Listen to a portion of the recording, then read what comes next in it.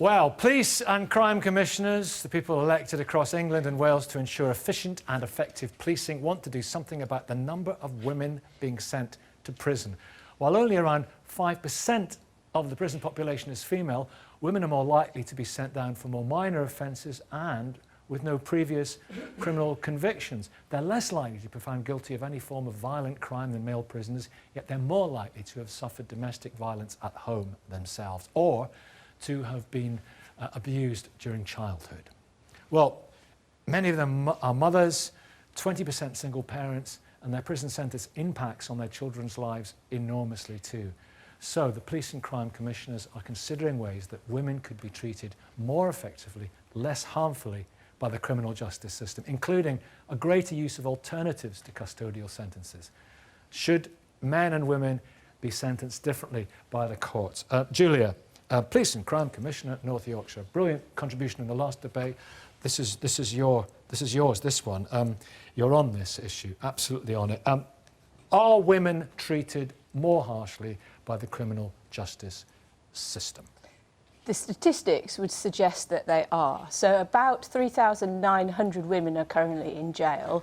84% of those women have been convicted of non-violent offences, of which the majority is theft, of which the majority is shoplifting. The number of recalls back to prison, latest statistics suggest, has gone up by 110%.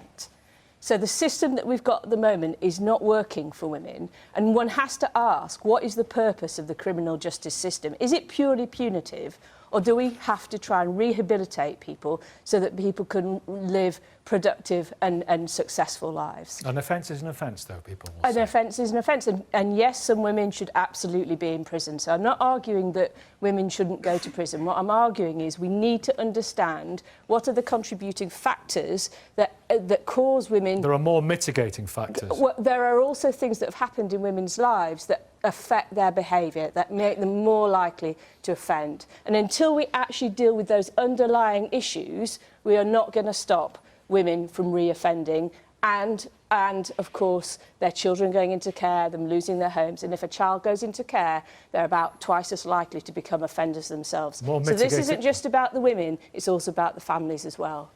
More mitigating factors, Jordan.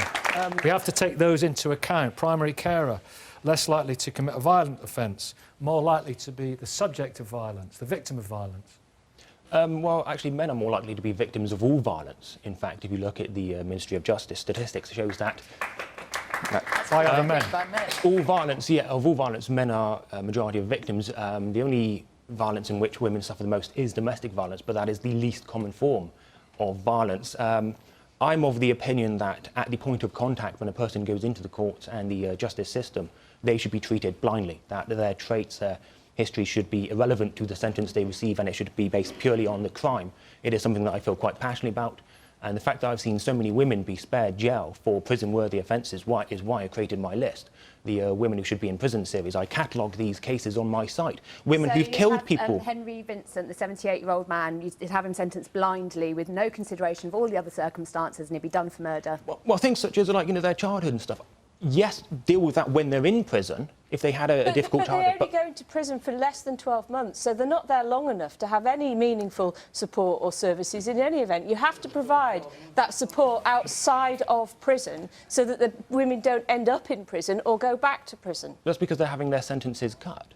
They're having their sentences reduced. They're not having their sentences cut. The level of offences that they're being imprisoned for are such that they are less than 12 months. So they're not being cut. They're just low-level offences. Well, Can I just say that blind justice is a recipe for unequal justice? Yeah. Because it does not take into account the real circumstances of the people that come before the courts. And gender is an important factor. People should be treated equally by the courts, but that doesn't mean to say the same. It means that you take into account the concrete circumstances of people who come before the court. Ali. Nicky, there are many problems with our prison system and our judicial system at the moment. Top of the list is not that we're locking up too many women. The fundamental problem is we're locking up too many women, we're locking up too many men, we're locking up too many children. And by and large, everything Julia says is absolutely correct, I think, because women in the criminal justice system have different circumstances, different problems, different issues. Their experience of the court system and of prison will be fundamentally different. Is the analysis simplistic then? Well, yes, it is, but only to the extent that what we have said about women here, quite correctly, is very largely also true about men. If we talk about the issue of parenting and families getting broken up, there are approximately 230,000 children in the UK. That's enough to fill Wembley Stadium 3 times over, who will lose a parent to prison this year. And in about 90% of cases, those are fathers, not mothers. Yes, Now, the children consequences don't live with their fathers. Exactly. The consequences In for 2/3 of those mothers, they children, don't either. the consequences for those children will be catastrophic. They're much more likely to suffer mental and physical illness. It's They're more much more likely catastrophic to if get their mother much is more likely- locked up. Because 90% of children Hang on. whose parents are in custody are cared of. Aren't we saying in society we should have we're going right in the direction quite properly of equal parenthood and equal recognition of fathers, equal recognition of Yes. mothers, but you seem to be saying exactly the opposite. No, to that. I'm You not. seem- When we get there, no. when we get there. If a child's parent goes to prison, 90% of the women in prison have been caring for their children, whereas less than half of the men who are in prison have been caring for their own children. The government's own statistics show that 2/3 of women, of mothers in prison, did not have care of their children before. It's about 20% of women in children were caring they're for them. contested Well, statistics. is There's there- 2/3 in one can- report can- and it's 24% in a DWP report that only looks at people that live, and it doesn't account for women who've got their children in care. Sarah. But can we talk about the Right, but sentencing with guidelines? sentencing guidelines in just a As they second. I are. want Ali to finish his point. Then it's you. Thank you. While we're talking about fathers in prison, and not only is it devastating for the children, and look at Bernardo's, look at Save the Children, look at NSPCC, who have all done research on this, and the consequences for the children who have fathers locked up are catastrophic. On top of that, we know that a man who goes to prison who keeps a loving relationship with his children while he's in prison and when he's out of prison is much less likely to reoffend, is much more likely to be rehabilitated into society.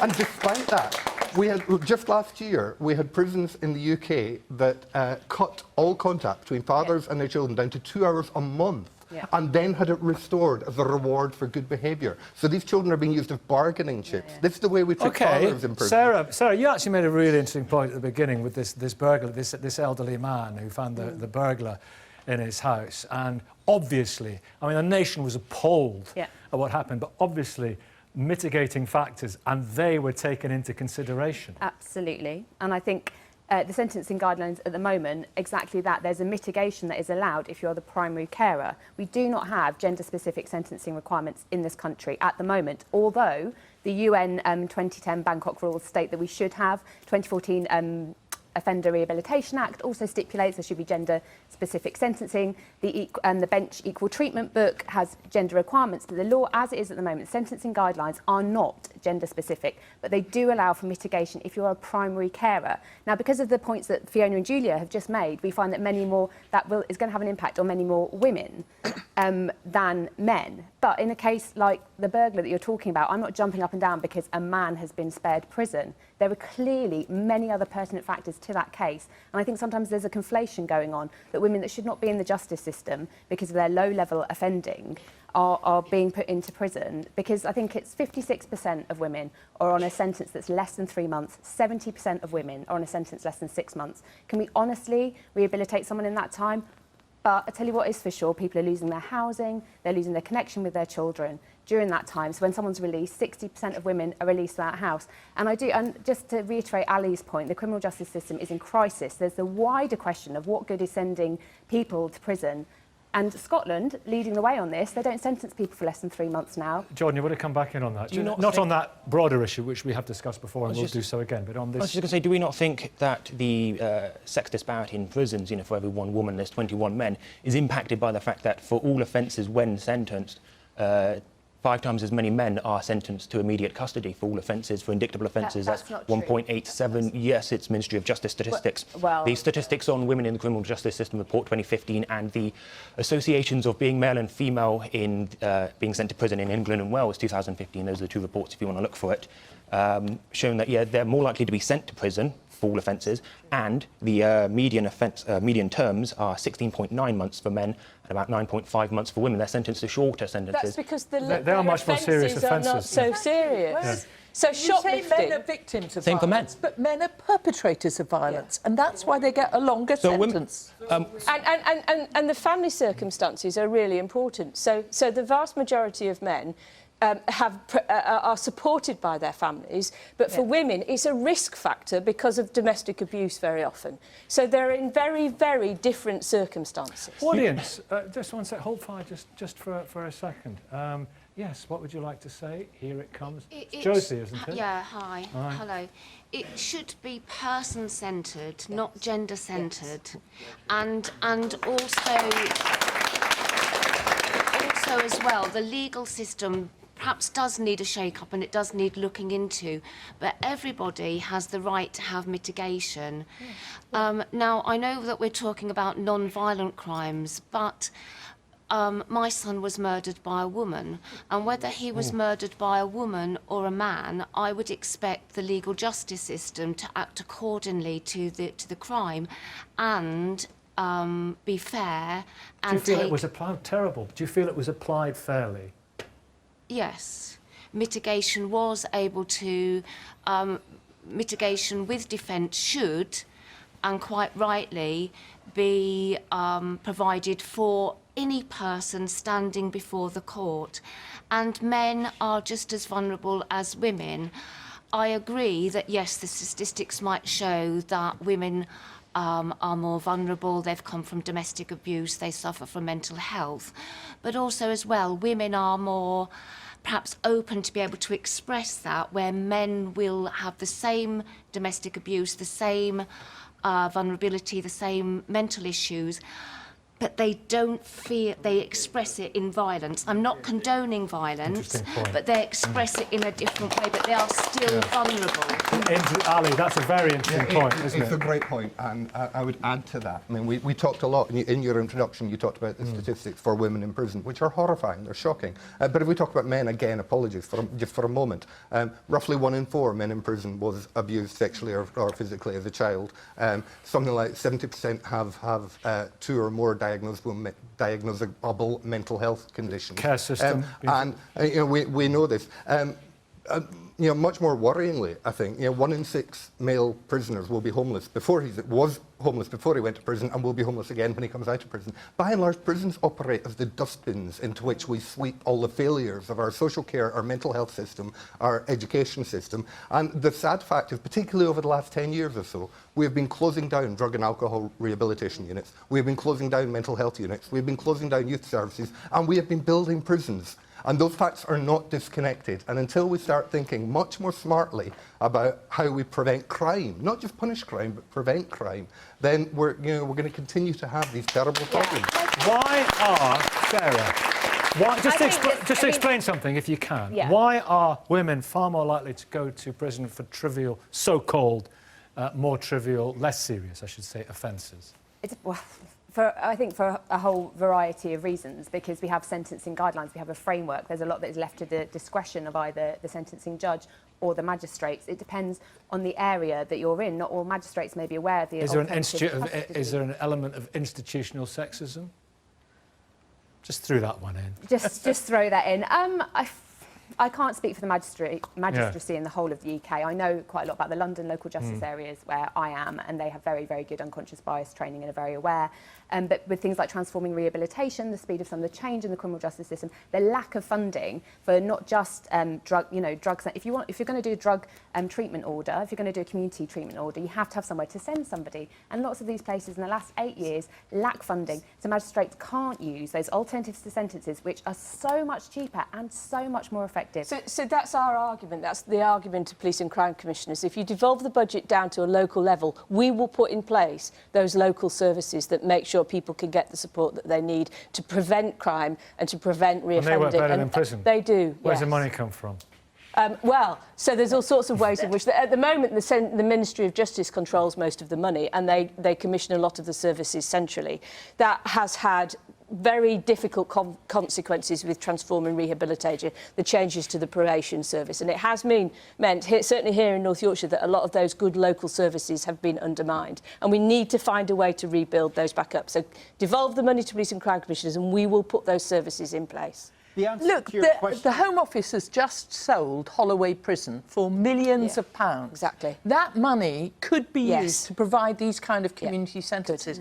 Because one of the things that happens about women who are sentenced is that they are moved to prisons, because so few women do commit crime compared to men, that the prisons that they're in are much further away from their families. So it's even harder for families to visit them. So actually the nature of punishment for women in prison can be much worse than for men. It's one of the reasons why women in prison are much more likely to try and kill themselves, to harm themselves. Jordan?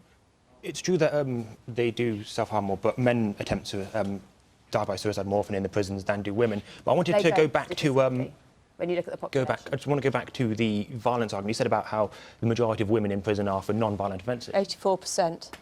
I thought it was 78, but of men. it's the same for men. It's roughly the same. No, it's not the same. It's 70% for men and it's 84% for women, and that is hang on. When standing before a judge, 22% of men and 22% of women are there for violence against a person, whereas 56% will go down for it and 7% of women will.